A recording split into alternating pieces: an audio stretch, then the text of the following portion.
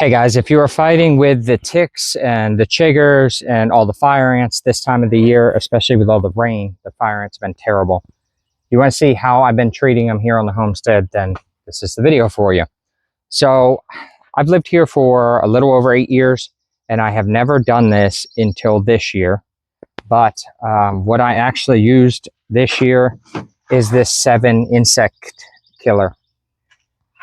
I've been kind of anti-pesticide the whole time. It's not something that I want my kids exposed to and all of that. We've got a break in the weather right now. And with all of the ticks that have been a problem here lately. And like yesterday, I ended up pulling off 15 ticks after a short walk through the woods. And my dogs are bringing up ticks. They're on the porch and stuff like that. So what I did was I took the 7 dust and I did a perimeter around the house and around my outbuildings. I didn't go through the garden or anything like that because I don't want it to kill the beneficial insects, which it will, like the pill bugs that are helping with composting and stuff like that. But I don't want the fire ants, and I want the kids to be able to go play in the backyard without getting into fire ants. And I want to not have ticks everywhere. Especially with this new disease that they're carrying and all, that's not something I'm interested in having. And I have had family members that have gotten Lyme's disease. So it's not the norm. I'm breaking out just because of how bad the ticks have been, as well as the fire ants. So using the 7 insect killer. I'm not using it in the garden right now or anything like that. I'm just doing a perimeter around the house. And then I'm also using this Ortho fire ant killer. And I get this off of Amazon. It's the cheapest place I found. I get a 2-pack of it for about the price of 1 unit in the store. And the way I do it is I take my little razor blade or pocket knife and I cut this slit here so that I can dump it out. And I'll show you here in just a second. But that way I can sprinkle it over top of the mounds without all of it coming out. And I buy several of these containers to keep one on the UTV, one on the porch, one on the mower, and I'll keep another by an outbuilding.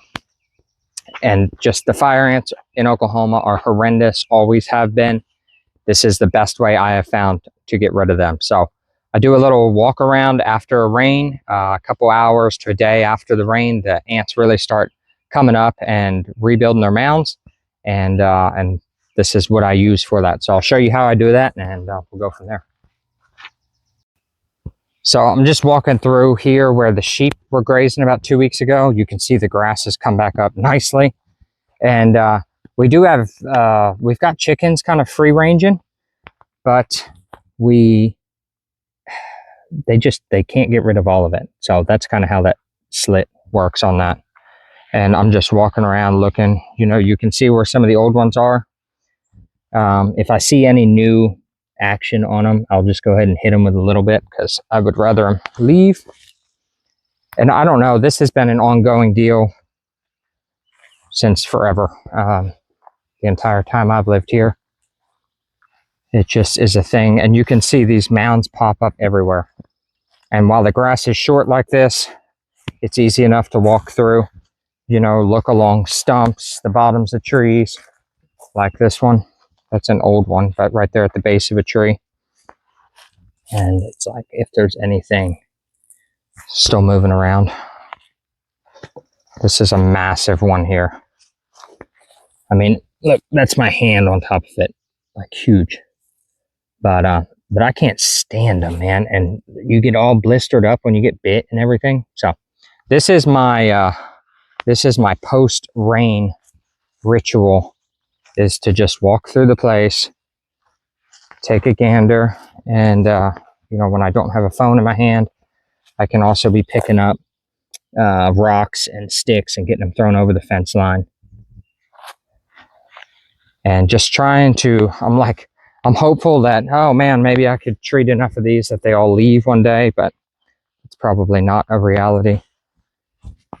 But my main deal is just to be able to walk through here without tripping and getting into them.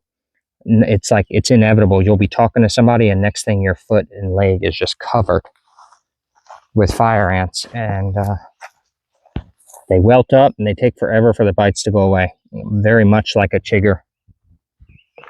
Tell me, I am curious what your treatment plans are for the fire ants and ticks. I mean, I'm certainly all for natural remedies if I can find them.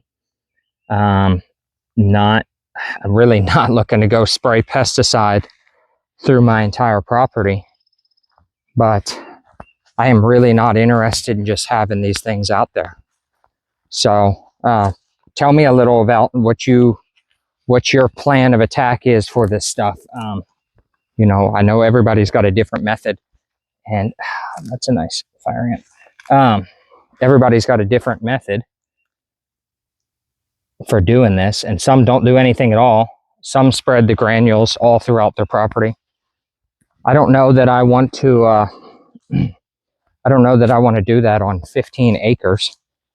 And when I say I don't know that I do, I know that I don't want to, both financially, and I'm just like, there's a lot of insects I'm not trying to kill. That's why I end up using this orthene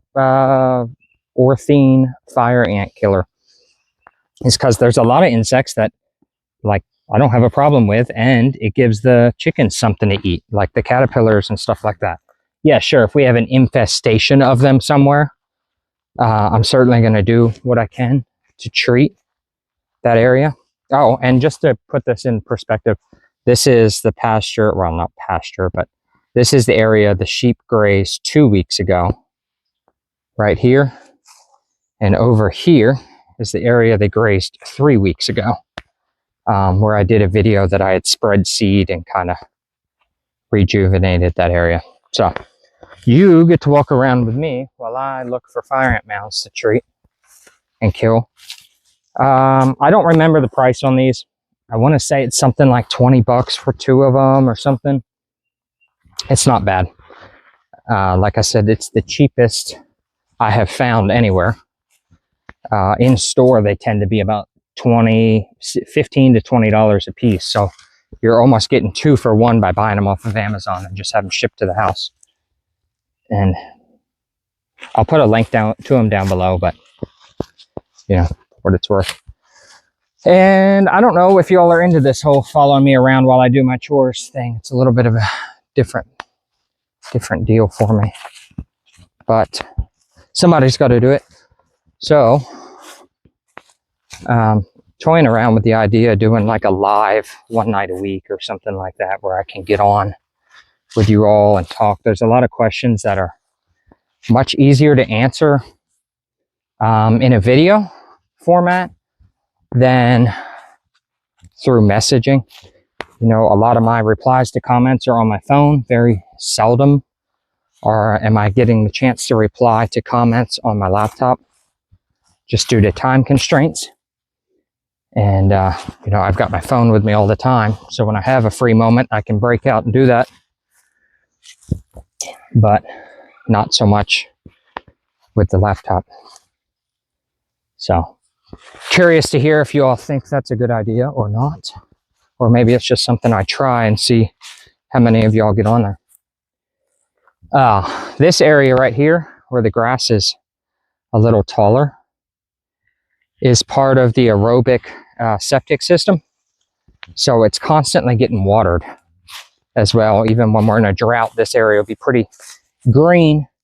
And with the aerobic system, I can even plant the fruit trees near here because the roots are not getting into the lateral lines and screwing things up. So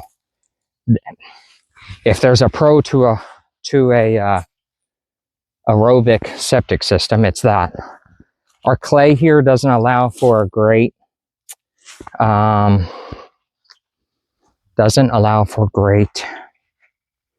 drainage. That's not the word. Leaching. Sorry, I'm kind of drawing a blank there. So that's why they ended up doing the aerobic system here. And at first, I was really hesitant about it, but we get virtually no smell through it. We don't treat it with bleach. We stopped that about 2 years in, and haven't done it since. So that's not been a problem. We were in a house there for the first 8 years, that the aerobic system was horrendous, and I was really afraid this was going to be that way, and it has not. So I don't know what the determining factor was. I got to switch arms here. I don't know what the determining factor was on that,